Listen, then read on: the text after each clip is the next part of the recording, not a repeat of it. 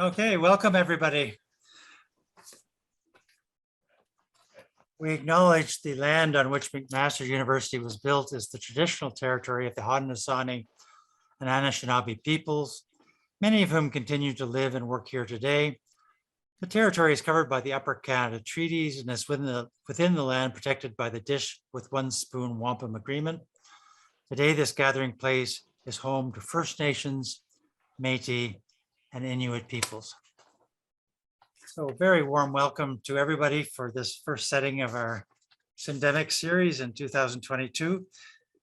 Tonight, it's our pleasure to welcome to the series, generously supported by the Future of Canada Project, Dr. Tithi Bhattacharya, Professor of History and Director of Global Studies at Purdue University, and a renowned feminist scholar whose work on both social reproduction theory and the gender politics of contemporary India has won a wide and appreciative global audience. Her edited collection, and I'll do a little share screen here to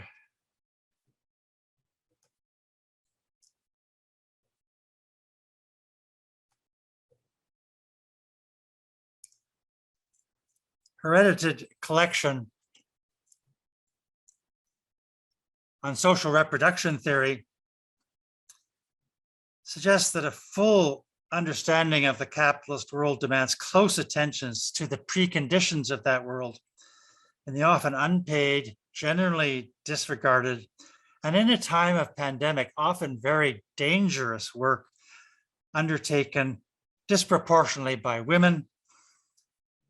And this work is that which makes our social order conceivable. As Dr. Bhattacharya remarks in Dissent magazine in 2020, and I quote, "Right now, when we are under lockdown, nobody is saying, we need stockbrokers and investment bankers. Let's keep these services open." No, they're saying, let's keep nurses working, cleaners working, garbage removal services open, food production ongoing, food, fuel, shelter, cleaning. These are the essential services. And in 2019, Dr. Bhattacharya co-authored Feminism for the 99%, a manifesto, which argues for the revitalization of left politics based on this practical and theoretical insight. So welcome to McMaster University, virtually, Dr. Bhattacharya. So I thought I might start off with a general question about social reproduction and about feminism, especially for the 99%, which is attracting a lot of readers, a good many of them at McMaster. Can you tell us why you and your fellow authors, Cinzia Arruzza and Nancy Fraser, came to write this manifesto, and how is this manifesto being received around the world? Well, first of all, thank you, Ian, for inviting me here. And thank you to those of you who are taking time out during yet another wave of the pandemic to share some space with each other and talk about feminism and Marxist politics. Thank you so much for tuning in. I see Susan Ferguson here, one of my co-conspirators. Hi, Sue. It's just such a delight and a pleasure to be here. You know, when you asked me that question, and the Feminist Manifesto seems so, the answer to that question is mass feminist politics. And right now, as we continue isolated in our various activities and pods, that sort of wave of mass feminist movement and politics seem rather far away. So let me back up a little bit and remind ourselves, including myself, as to where that book took shape from and how the afterlife of the arguments of the book continue to live despite our pandemic times. So the book is actually a distillation of the political conversations and arguments that emerged through the first wave of feminist strikes. The first feminist strike was in 2017. We had, in 2016, there was massive feminist public protests in Poland to oppose an abortion ban, and in Argentina against femicide and gender violence. And during the winter of 2016, after those massive public demonstrations, many feminists in various parts of the world got together and started having a conversation about what if we revive the feminist strike. And if you remember, for those of you in Canada, you may not remember the nightmare with which 2016 ended, which was the election of Trump in the United States.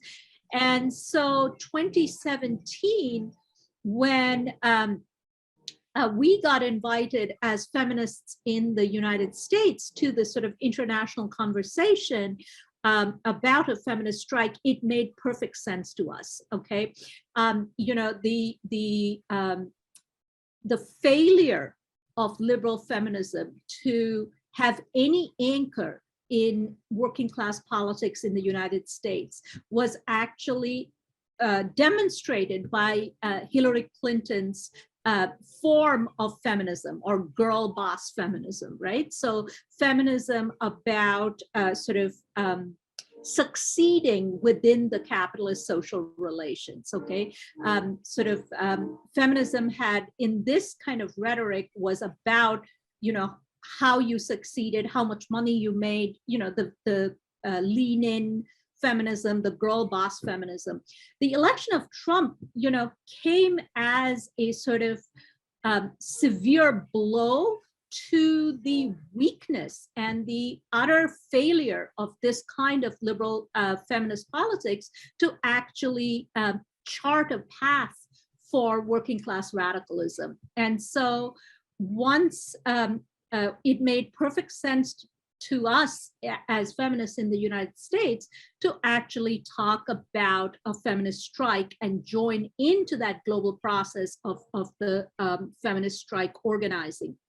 And for those of you who may not know this, March 8th of 2017 was a massive rolling wave of strikes across the globe, okay? So, I mean, in the United States, we had organized massive demonstrations and work stoppage in all of the major cities. In Spain, and Argentina in particular, trade unions had joined in the strike. And so it was the repoliticization of March 8th, or International Women's Day, like we had not seen in many, many decades. So many times throughout that process, and this happened in 2017, in 2018, in 2019, till came to an abrupt halt in 2020 with the pandemic. And one of the things I think that we perhaps need to talk about, and that's where the manifesto, the book, came out of, is how is a feminist strike different from a normal workplace strike, right? And one of the very crucial arguments that we tried to make was the workplace strike was about the stoppage of work in the capitalist arena of profit making. A feminist strike was the stoppage of all work, right? So it wasn't just that we were urging people to not go to work. We were also urging people not to cook, not to refuse to cook, to refuse to smile, to refuse to do care work. So all the preconditions that made capitalist work possible, we were refusing to do as well. So those arguments of the street and those arguments in the various feminist collectives, we tried then to kind of distill and give voice to in that book. So it's really a book about the politics of the strike, if you like. And so we hoped that we would bring that politics to a wider arena and kind of cohere some of those arguments for a wider audience. And, you know, I'm very pleased to say that it sounds narcissistic if I say the book did well. So what I want to say is that the arguments of the book did really well, in the sense that it engendered a feminist conversation in many contexts and countries. So the book has been translated in more than 30 languages, and it's always really, you know, I don't feel pride in my own work.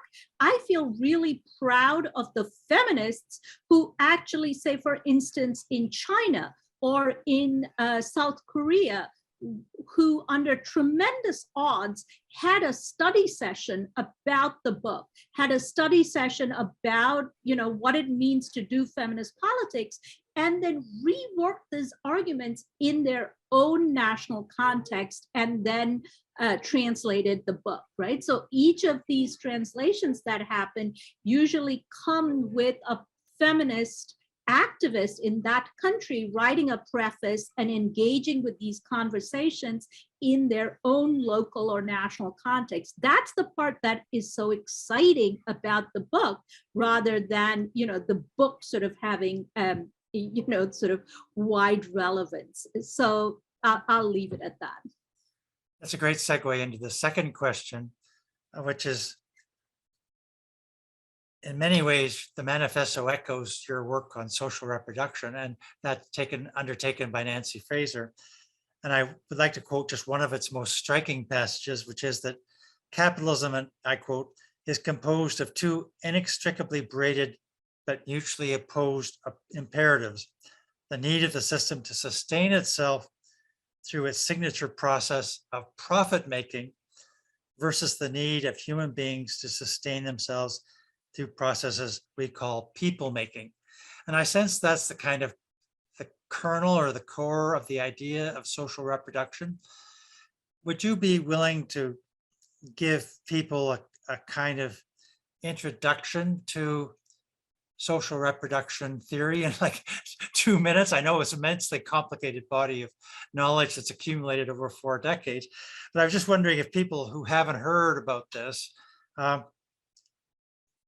what does social reproduction mean? And can you tie it into what's happened over the last 4 decades with neoliberalism?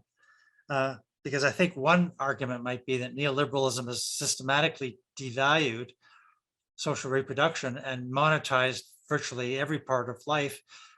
And that's had a tremendous impact on carers and cleaners and cashiers and all, you know, all the women who do the 5 C's in our society, without which it could not function. So your comment on that. All right. Okay. So I would really love to hear from the rest of you as well about, you know, how this theory makes or doesn't make any sense in your own work or your own life. But I'll just start that with a brief comment, maybe.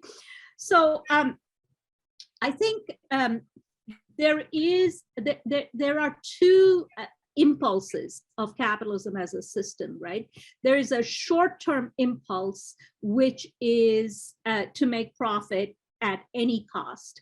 And then there is a long-term survival impulse, which is it has to take care of, if you like, in a capitalistic way, of the widgets, which are us, which are human beings, who make those profits, right? So this is the sort of two kind of impulses that capitalism is always negotiating. So I say widgets because capitalism doesn't really take care of human beings for the sake of taking care of human life, but it has to provide the basic conditions of reproduction of life, because otherwise the widgets, which is us, would not be producing profit. So both of those tendencies go on at the same time. On the one hand, it giveth, which is, you know, it creates minimal conditions for life to continue and reproduce, and the working class family to be continuously reproduced. And on the other hand, it taketh away, which it makes it impossible for those working class families not just to flourish, but to even exist in many cases. And here I think race, ethnicity, caste comes into a very big portion, where we have a disproportionate social reproduction of certain families at the expense of others, right? So those kind of twin impulses of capital is what social reproduction theory kind of studies or looks at. So in other words, if the worker makes profit, then what are the processes, social processes and institutional processes that make the worker? Okay, so profit making versus people making. Now, there are a couple of qualifiers to this kind of, if you like, this flow chart that I am outlining here. And the qualifiers are as follows. Capitalism will always try to deplete the conditions of life making so that workers basically are provided only the very basic minimum of life making in order to reproduce themselves. Okay, so that's the one rider, if you like. And whatever gains we have had as a working class, and remember, the gains of society at large is the gains of the working class, right? It is because somebody somewhere fought for an 8-hour working day and got us weekends is why we all enjoy weekends. So every single advantage we have in society as a collective has been won through working class struggles. In that sense, that's why Marx calls the working class a universal class. So to go back to the question, every gain, however, so if capital is constantly trying to deplete or minimize, so first of all, why does it try to minimize life making? Because any investment in working class life actually has to come from profit, right? So it has to come, a section of the profit has to be invested, which is through taxes and so on, has to be invested in healthcare, in schools, in order to have that. And so, I mean, what capitalism wants is 100% profit. So even a tiny portion of the profit invested in social welfare of the working class is anathema to it. But then there is the sort of long-term thing that the widgets must be kept alive. So a skeletal infrastructure of social care is maintained by almost all capitalist societies, right? So whether they are capitalist democracies, capitalist dictatorships, or anywhere in between. So this kind of skeletal, and if, when people argue, oh, but look at the Scandinavian countries, they actually, it's not a skeletal system, it's a very robust system. There are two things to be said about it. One is that if you look at any country's healthcare or public education, investment in public care, okay? If you look at that and the rate of unionization, you will see they're absolutely similar, okay? So all countries which have a unionization rate of 80% or above have that robust public social care system. But this does not make it any less capitalist, because if you look at the Scandinavian countries right now, you will see that the minute that that kind of thing, that kind of an infrastructure comes into brushes against questions of race and ethnicity, then it reveals its capitalist nature of public health. So for instance, if you go to Copenhagen now, you will see that certain neighborhoods are segregated for Muslim immigrants because Muslim immigrants should not be part of the wonderful urban life of Copenhagen because they're not liberal enough. So immigrant children are sent to segregated schools, they're kept in ghettos, in neighborhoods, and so on. So again, before we celebrate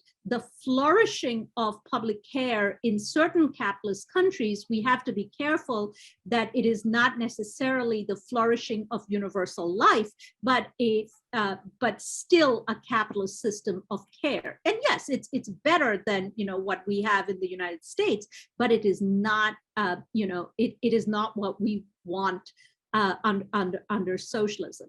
So social reproduction theory then looks at this tussle between capitalist profit making that is continuous and the processes of life making that is also continuous. How much can the working class wrest from capital in order to remake our lives? But this tussle, I have to emphasize, does not have an end under capitalism, okay? We can never, because the system is set up in such a way that we can never actually have enough such that we can all share, the levelers or the diggers of the English Revolution, that we all share the fruits of the earth equally. That's never, ever going to happen because, it is a system built on continuous profit making for the few at the expense of the work of the many. So in other words, if we are talking about actual flourishing of human life, if we're talking about us really exploring what human relationships look like, human sexual relations, human romantic relations, human relationships of parental love, what they actually look like, how they can actually flourish, we can't do those experimentations under capitalism fully. They will always necessarily be partial. Okay. I wonder if I could bring you now to the pandemic that we're going through and some of the ways in which social reproduction theory might illuminate the past 2 years of COVID-19. I noticed in your very wittily titled essay in social reproduction, the social reproduction collection, you call it How Not to Skip Class. And you call attention to the myriad capillaries of social relations, quote, extending between workplace, homes, schools, and hospitals. What impact do you think the pandemic has had on those capillaries? Well, so let's look at, I'm going to start with a very cheap example, if you like. The cheap example is this. The Democrats are in power. This is, we are no longer under Trump, everything was going to go well. And you see how the two bills that Joe Biden proposes, how the capitalist class responds to the two kinds of bill. One bill is the infrastructure bill, okay, which is pour more money into bridges, roads, railways, etc. And I am not opposed to that bill. It's great. We need more infrastructure. And then there is the bill which is about childcare credit, universal childcare, free college, better environment protections, etc.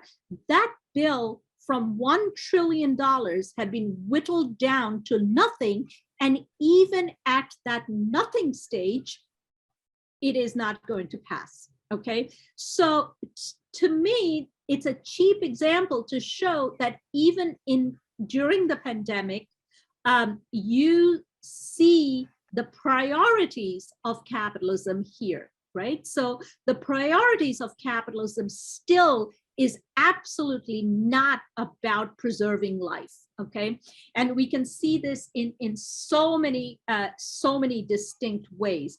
Every single decision that capitalism was forced to take before the vaccines came out, right? You could see the kind of things that the system is capable of, right? So overnight hospitals were built. Hotel rooms were commandeered by governments to house houseless people, right? In Britain, everyone was given a minimum wage while they stayed away from work. So the system went on a sort of war footing in order to make sure that the pandemic was dealt with.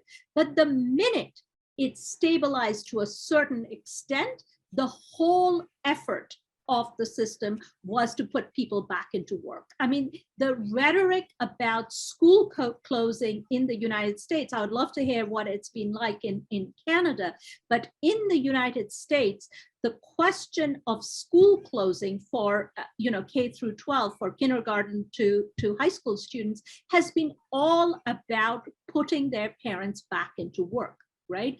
The question of childcare credit, and every single documentation we've had of childcare credit has been that the parents have used, or mothers have used, this money to pay for food, to pay for aftercare work, etc. But then, Joe Manchin, the Democrat who's one of the prime people stopping this, is saying, well, parents use it irresponsibly. They're going to be using it on drugs, etc.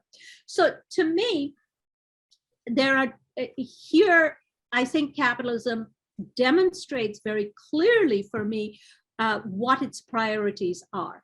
And its priorities are that, yes, there's a pandemic, we needed to preserve. And once we've passed the big swirl, we just need to put people back into work. And to me, this is criminal in so many ways, because it is not just criminal that it is going to affect certain populations far more than others. I have a choice, sometimes to teach online. The person who checks out my groceries do not, right? So she has to go to work every day. And she is not given any protection by my local government. No one is given a mask mandate or anything. So certain populations will simply die off. Disabled people in dangerous jobs. In the meat production plants, we saw how the virus ripped through. And union protection is very low in the United States. And even where there are unions, they hardly often, they are business unions, and they do not protect their members adequately. So what we're looking at is capitalism this is the short-term sort of component of the system coming to the fore. We need to get people back to work. We need to continue to make profit. We've lost, the tourism industry has lost, the retail industry has lost in these last 2 years. We can no longer do that. Life be damned. We need to get people back on the workplace. And this is where I think,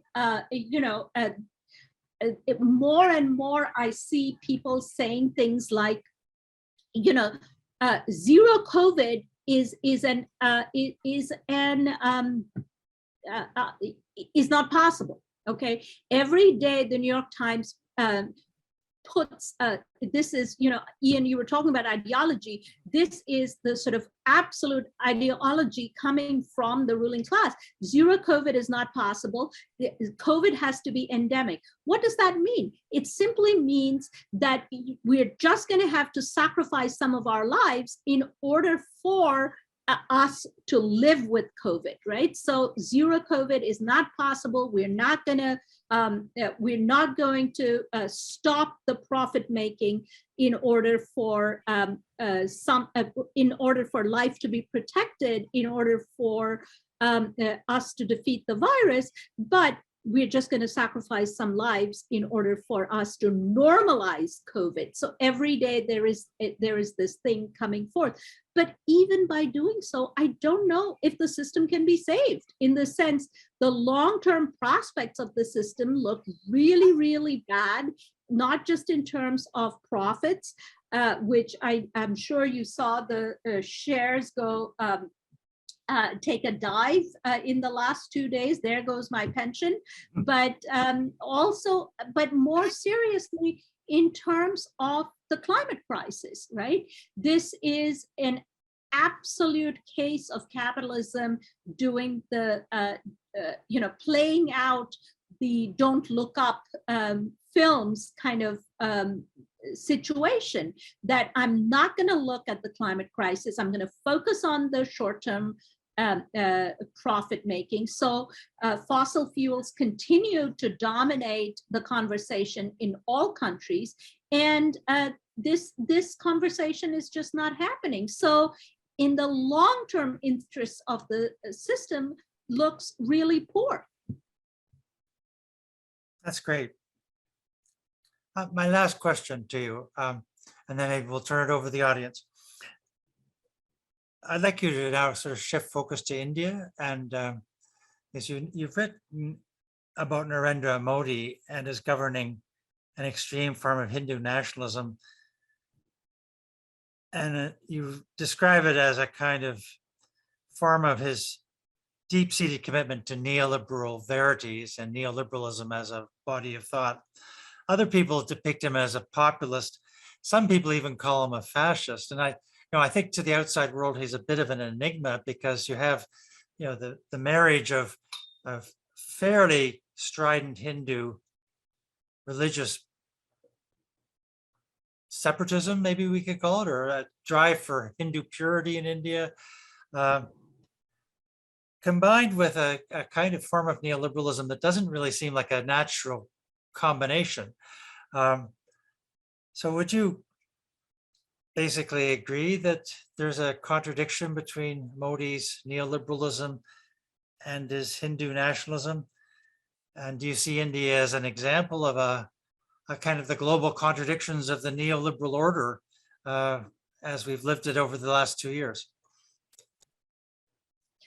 So I don't think there is any contradiction between neoliberalism and Hindutva as a politics. Okay, Hindutva is very different from, what people would say Hinduism. Mind you, as a historian, I have to remind everyone that there is nothing called Hinduism per se. Okay, this corporate understanding of Hinduism as a one singular religion was created in the 19th century. Okay, like if you went to 12th century India and you asked someone, are you a Hindu? That would absolutely make no sense to them. Okay, they would say, I don't know what you mean. If you said, well, what gods do you worship? Most likely, if this was an ordinary person, they would say, well, I worship Shiva. So there would be a Shaivite. But what do you do on Fridays? Well, I go to the local Sufi saint, who's the Muslim saint's Dargah, and I put a little lamp there. Okay, really? You go to the Muslim saint's Dargah? Yes. And what do you do on Saturdays? Well, Saturdays are very holy because I do worship the snake goddess because I work in the jungle, in the forest, and the snake goddess is very potent, so I worship the snake goddess. So this is what absolutely mystified the British census taker in the 19th century. So they would go in and say, what is your religion? And no one knew what that question meant. And so they would say, who do you worship? And they would say, well, Shiva. And they'd say, okay, Hindu. And then they would say, well, the Sufi Saint Naimuddin Chishti. Oh, well, Muslim. So, this was how a corporate identity of Hinduism was created. So that's sort of my historian-y lecture on Hinduism. Right. But to go back to Narendra Modi, there is no contradiction because actually Hindutva as a force emerged in the 1980s and the early 1990s as neoliberalism was being consolidated in India. So this is actually an expression. Hindutva is an expression of neoliberalism and the way, and a particular way the Indian ruling class discovered to organize violence and to organize neoliberal production. So, for instance, in 1992, the leading Hindutva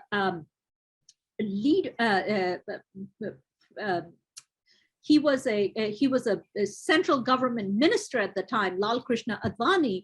He led what was called a Rath Yatra. So he took a sort of mythological chariot from Hindu mythology. It was a chariot, and he rode the chariot throughout India, and wherever the chariot went, it sparked riots against Muslims, right? So it was these Hindu fanatics riding behind this mythological ancient chariot, but the chariot was pulled for the first time by a Toyota engine because the market had just opened up for Toyota cars to come into India. That is the perfect moment for me for sort of how neoliberalism expressed itself in India through Hindutva politics. Narendra Modi in person, as a person, the person of Narendra Modi is absolutely a fascist. He comes from the openly fascist organization of the RSS, which is a militia group. It does not run elections. It's a street fighting gang and organizes shakas or branches in neighborhoods to arm Hindu armed gangs and basically attack Muslims and Dalits. So the RSS was formed in the 1920s and openly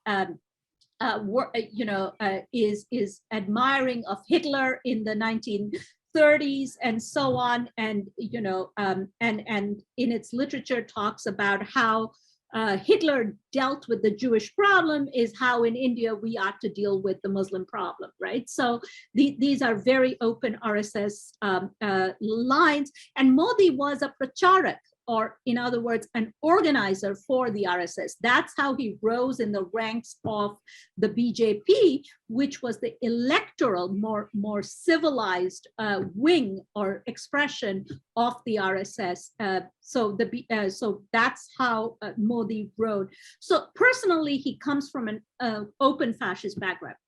When he was first elected, you have to remember, even before then, he was the chief minister of Gujarat, which had organized pogroms against Muslims, included, which included things like Muslim families being burnt alive in these fires, and RSS members organizing and directing that kind of violence on the streets and so on. And so there was no question when Modi was elected as chief minister that he was going to Hinduize and turn the Indian state into these authoritarian directions. So I think we were all hesitant to call the Indian state fascist when Modi first came to power, but I don't think I have any hesitation to say the Indian state is rapidly turning fascist. as we speak, and particularly through, increasingly authoritarian moves. So, journalists are being murdered in their own homes. There are open lynching of Muslims and Christians and Dalits on the streets. So, these are all state-sponsored activities. However, the signs against such, violent expressions of state power and authoritarian power is a mass movement. So as you probably know, the Modi government was dealt a decisive defeat by the farmers' movement, which was a months-long movement against the government withdrawal of farm subsidies that would have flooded the market with, corporate seeds and so on. So I want to say that Modi still is the prospects of democracy in India darken every day. But I want to say right after the farmers' movement that Modi still hasn't had the last word. And could I just take you briefly to his handling of the pandemic? Because that, to someone who doesn't know India, but just reading the details in general, it sounded unbelievable that you would give people 4 hours, was it, notice before you had one of the world's most rigorous lockdowns, and almost no provision for the people who were going to be thrown basically into starvation, forcing them to migrate hundreds of miles with many deaths, and no real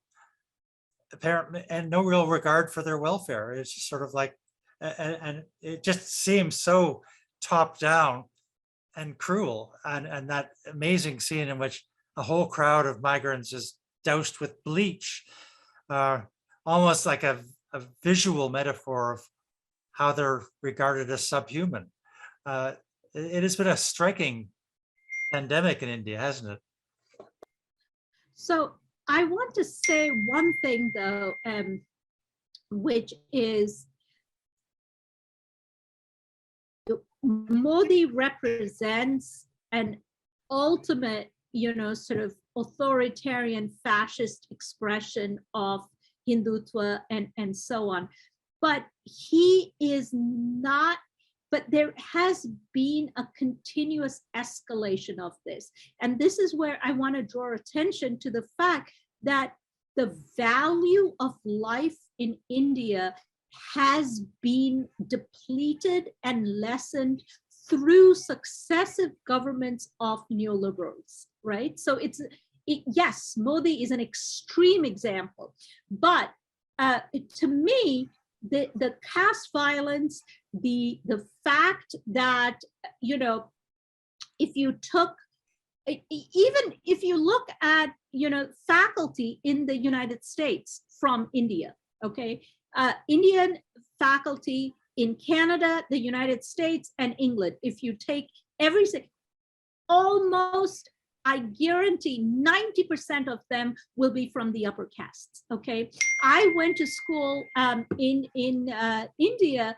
and there were barely any, I studied barely with any Dalit classmates, okay? So this kind of lessening of life, this kind of depletion of value of life has been a standard practice since the big mass movements of the freedom struggle receded. The story of independent India and the story of the coming of neoliberal era from the end of the 1970s, from the 1980s, has been a slow increment, a slow burn of this lessening of the value of life. So, I mean, the bleach incident it was horrible, but I can see a Congress government doing exactly the same thing. You know, what I can't see under the Congress government is perhaps some of the more extreme things of like love jihad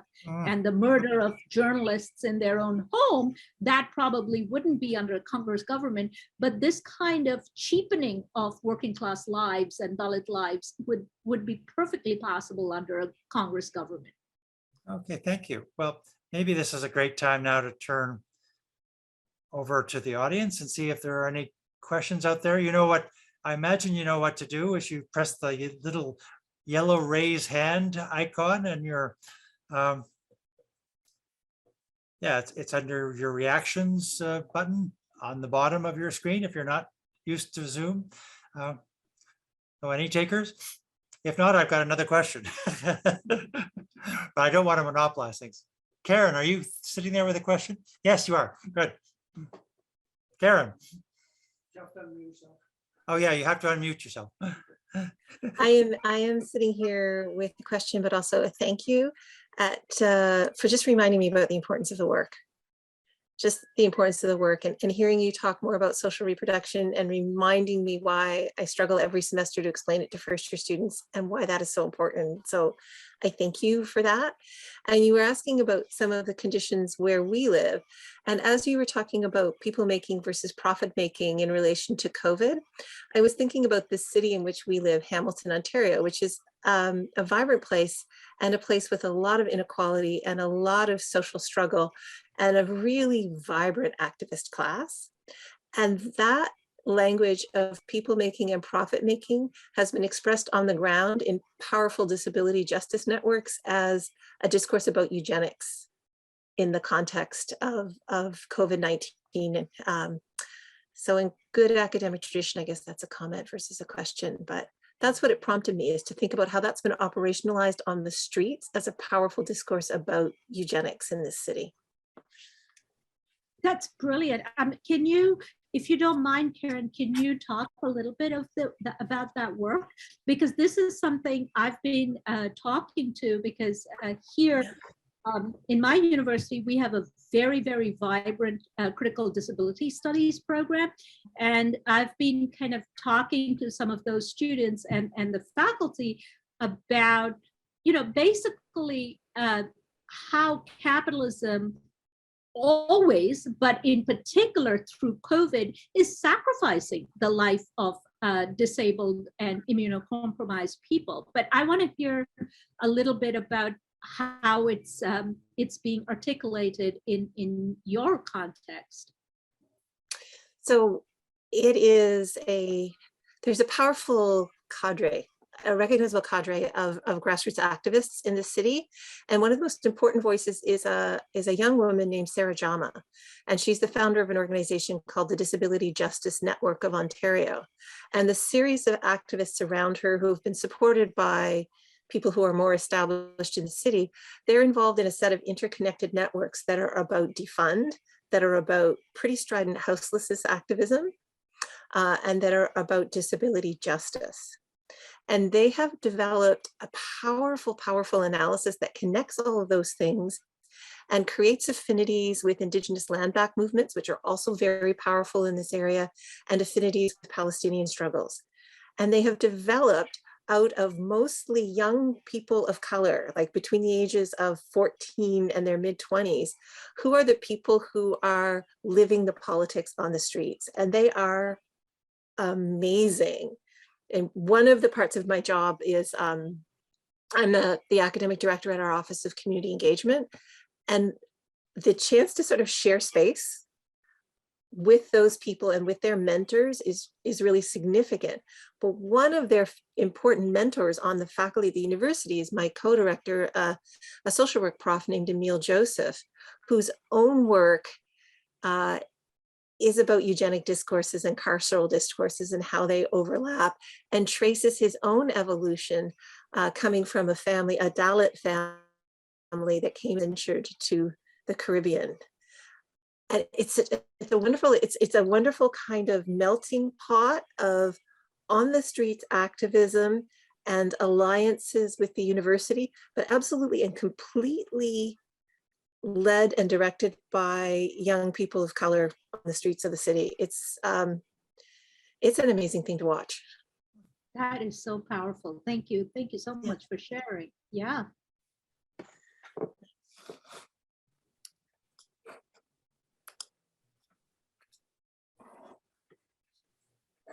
Well, maybe I can ask a question with Sue Ferguson in our audience. It strikes me how much Canadians have contributed to social reproduction theory. And we were chatting about this before we started this session. But I can list about a dozen major theorists who are Canadian, and without sounding to be like a Canadian nationalist, which I'm not really, isn't that interesting that it would be take that form? And I mean, do you have any indications of why that would be, or and is that a pattern you yourself have noticed? Well, Sue's actually written about that. So yeah, go ahead, Sue. I was going to say, I didn't know whether you were asking me that question, but so I have in fact written about that. One of my very early first articles I ever published was, I was in New Politics and then reproduced in Critical Sociology, but it was in New Politics, they insisted that I refer to it, that I changed the title. I can't remember what I had originally, but that I changed the title to something like Canadian Contributions to Social Reproduction Theory or something along those lines. So yes, it is remarkable. I mean, I don't know exactly why, except I would say that there was, I think, a very strong cohort of folks at York University who were who were not just academics, but also had very strong ties to the daycare movement in Toronto.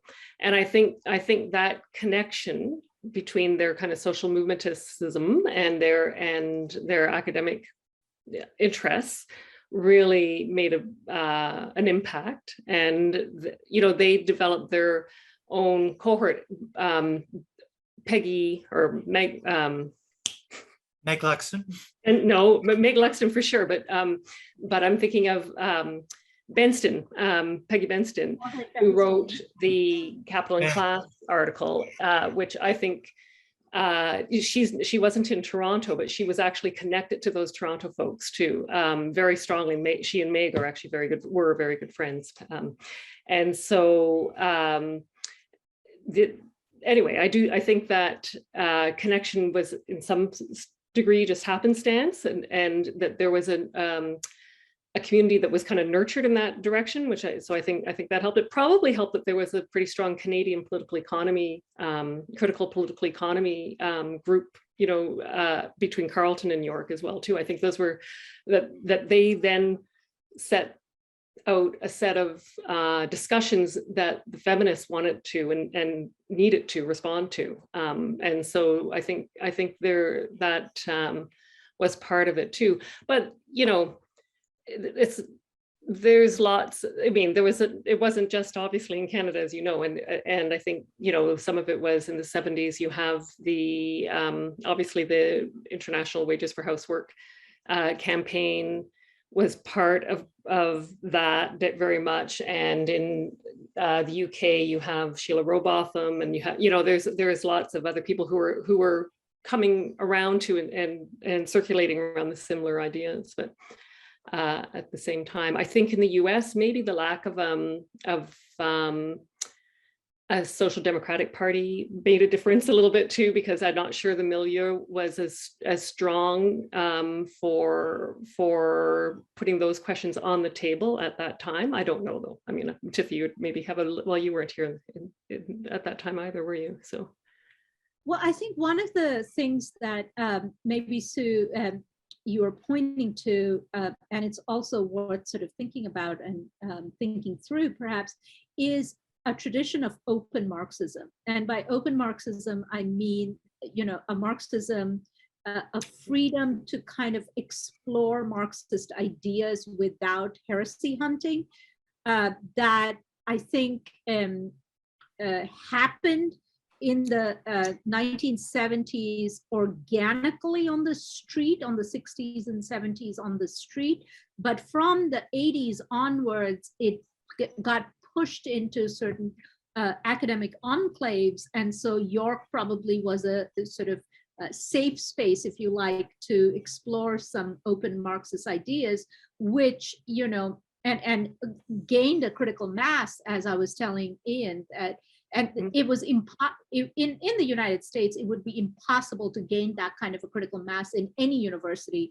of forget open Marxism, of any sort of collective Marxist exploration, right? So to me, it's quite significant that when historical materialism as a conference space began to emerge from the 1990s, those kind of conversations came back on the table, where you know, people again felt freer outside of Marxist organizational practices to actually explore ideas, explore themes.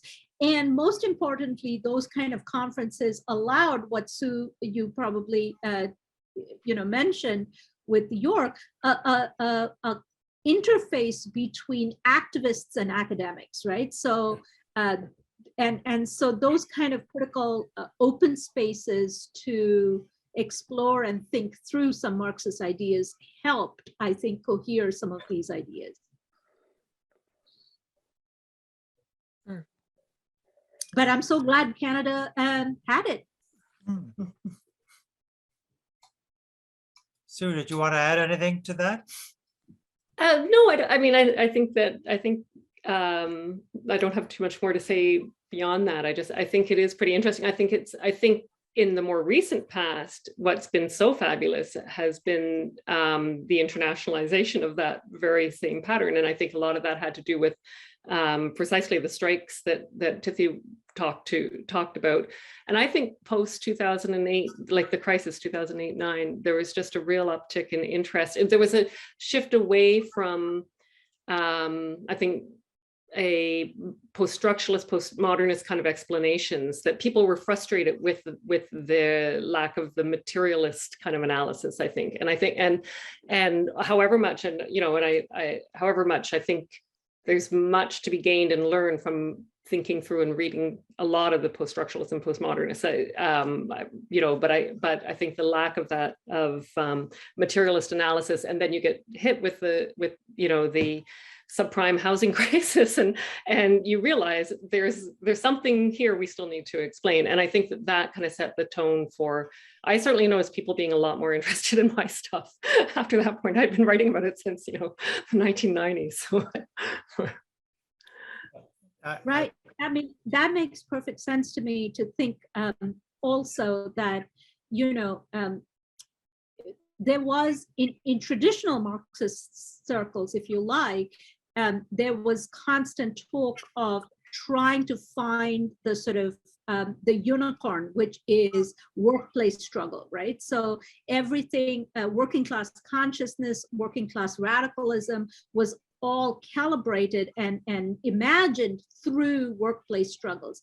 But on the other hand, you actually had massive uptick on working class struggles, except they were not always in the workplace. So we had housing struggles, as Sue points out. We had struggles for water in Cochabamba, Bolivia. You had struggles against, you know, privatization of land, forests, native rivers, and access to water. So all of these struggles were obviously working class struggles, but they did not sort of arise in the theoretical register of traditional Marxist thought. And I think that's when, with the you know, with social reproduction theory suddenly began to resonate, when those struggles, I don't want to say became more visible, because they were always visible, became more legible for a wider left.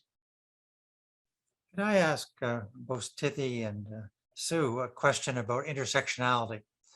The social reproduction collection has a major critique of intersectional theory by David McNally, which is a careful critique. It says, it makes a positive contribution, but it has these limitations, which it tends to treat the streets that are in the intersection as fixed and firm entities without really pondering how these categories came into being or how they were contradictory and interacted with each other.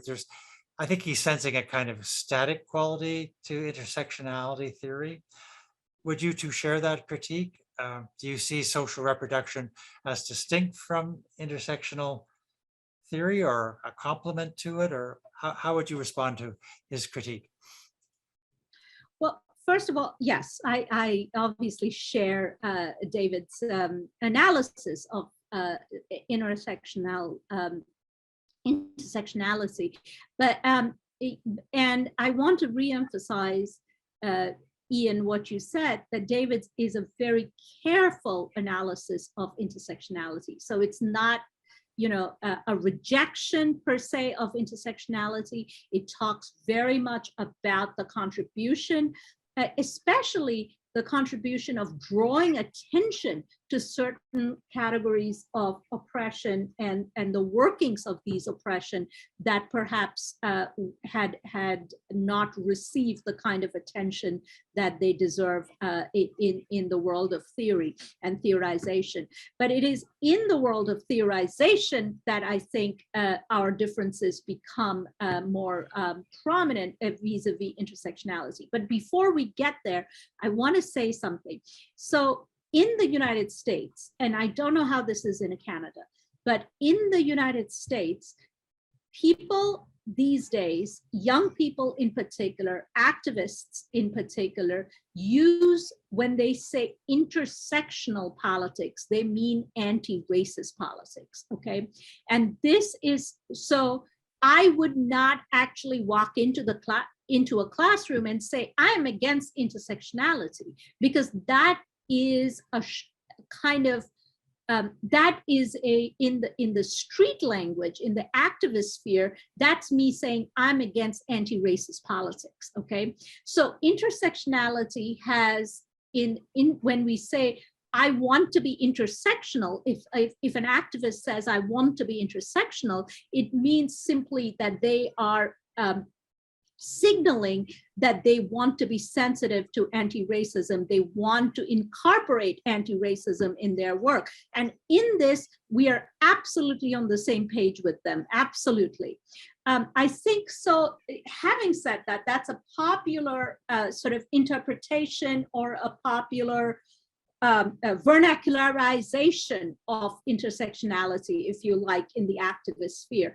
David's critique is very much a theorization of intersectionality and where that, where we differ from it. And so, I mean, I direct everyone to go read that essay because it's such a carefully laid out argument. But essentially, the argument is intersectionality as a theory it sort of falls short because they are not, we don't get a sense of why particular streets, there is no explanatory framework to intersectionality, right? It's more of a descriptive framework that things intersect. We don't get a sense of why they intersect in particular ways, nor do we get a sense of how these relationships are often modular. And by modular, I mean that violence is organized in a modular way under capitalism, but have their own sort of national or local instantiations. So for instance, in the United States, violence is organized through race. In India, violence is often organized through caste. Now, intersectionality will tell you that violence is organized through race or through caste, but it doesn't give you a sense as to why these modular organization patterns happen over and over again in capitalist society, in a sense that we can almost predict them, but not why they happen in these modular fashions, right? So it's a very useful theory if you're describing oppression under capitalism, but it falls short in actually explaining why it happens the way it does. So that's a very shorthand sort of central, I think, difference that we might have with intersectionality as a theory. Sue, did you want to add anything to that?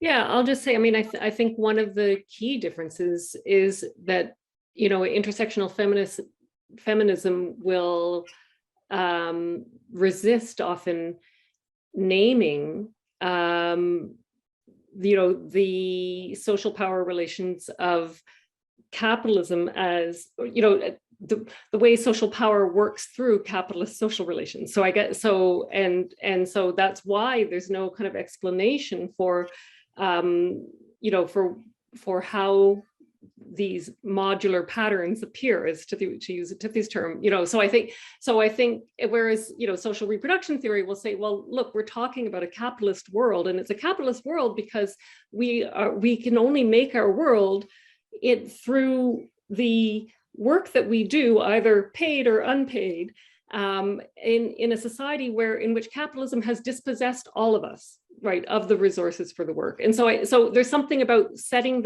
the table for us to live that capitalism does. And it doesn't mean that fighting capitalism becomes more important, fighting, you know, at a workplace becomes more important than fighting an anti-racist fight. But it does mean that this is just taking a look, this is this is the terrain on which our struggles are happening. And social reproduction theory, the value of that is that it does actually name that, I think, in a way that intersectionality doesn't have the equipment, doesn't have to do that, doesn't aim to do that.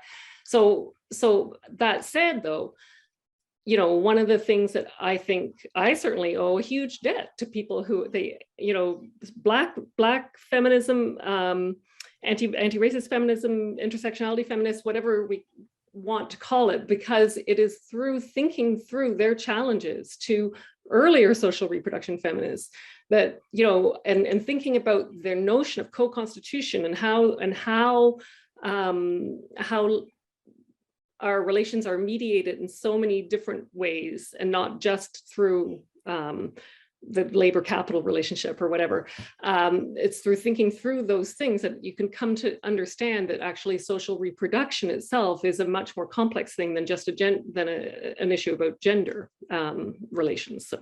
So I think, you know, for me, I see these two, and I think David does too, sees social reproduction theory in conversation with intersectionality theory, and that's how we build theory. Like that's, you know, we are always building off of each other in those ways. And it's not that social reproduction theory is the last word on the, you know, either. Like, I hope that more develops. I think, you know, some of the things that have already been talked about with the development of more disability theory, you know, like those things will expand and break through in different directions in a way that I think that we should celebrate with all theory, that it's not kind of a competition between them. But.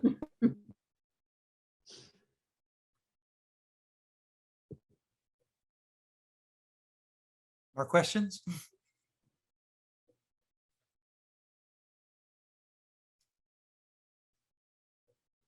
I really don't want to monopolize you, but I do have one thing I'd like to pick up on. Tithi, you're right. If the virus passes and we go back to life as before, then this has taught us nothing. As we're entering, I think all of us would say we're entering very reluctantly year 3 of the pandemic. What do you sense of this as a turning point for the struggles that you so deeply believe in? And do you get a sense that pandemic weariness, in a sense, is draining the energy out of many of the hopes that people had in the first year? This is, I mean, I know you yourself staunchly resist the idea of a global reset and think it's kind of got an eco-fascist overtone, and I think you're probably right. But the part of what was going on in the first year of the pandemic, I think, was a lot of very expansive, almost utopian thought about, okay, since this society is really off the rails and it's hurting so many people, and you know, the death tolls are mounting. I mean, In the United States, you'll be lucky, I think, if you get out of this experience with fewer than 1 million deaths. It's colossal tragedy. The first year, I thought there was more utopian hope, more sense of, as you said, Tithi, if this virus passes and we go back to life as before, then this has taught us nothing. Do you think that sense is still there? Do you think we're still at a kind of historical inflection point where the left will really be able to gain traction out of what has been an exploitive and cruel experience for so many people? That's the $1,000,000 question, and I do not want to end on a very, very low note here. No. But it is but I also have to be realistic, and this is not been a great time for the global left. We had, as you pointed out, we had some exceptional global moments of solidarity and protest. Okay, who would have thought that the regular murder of Black men in the United States would acquire this absolutely brilliant, powerful global moment of resistance, all the way from the toppling of slaver statues to fighting against the Modi government in India, to large demonstrations in Latin America for Black Lives Matter. I mean, it was an extraordinary moment. So I do not, and that was at the height of the pandemic. So I do not want to, draw too strong sort of separation between the isolation that the pandemic has imposed upon us and the ability to mobilize. Okay, so though I don't think they are as firmly separated as sometimes it may appear, and it can break through in any time. Having said that, the futures of the organized left in the Anglo world, as well as in many, many important sections of the globe, has been very poor. And in a lot of cases, the left has disarmed itself to a large extent. The fight and the attack on Palestinian rights and the capitulation of sections of the left to Zionist pressure has been very disheartening for many of us in the Palestinian movement. We are also seeing a consolidation of the center through Biden and centrist politics, which is also disarming, sections of the leftist mobilization. And of course, the pandemic has meant that authoritarianism continues to march. Bolsonaro still lives on while the Amazon burns. Modi still, his electoral chances have been affected through these last 2 years, but I don't think he's going to be toppled anytime soon. So those are, that's the bad news, if you like.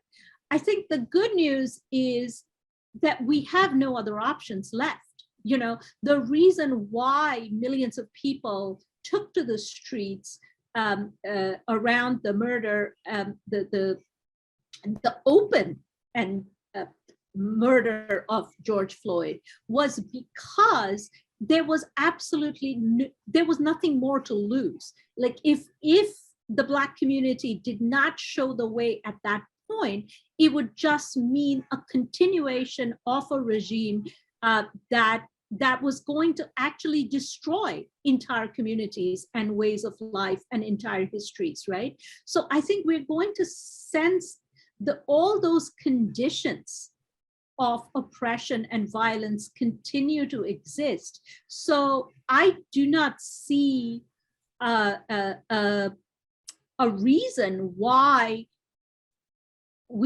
this powder keg that we are living in is not going to have a spark in the future.